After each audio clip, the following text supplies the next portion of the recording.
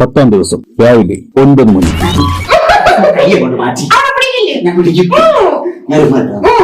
സപ്രി, Josmin,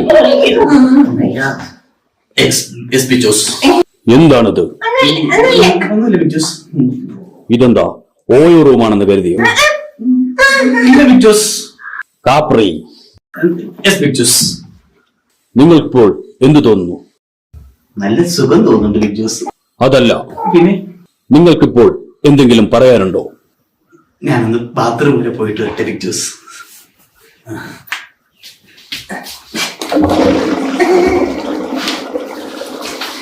big Jose പോയാ? Yes, big Jose.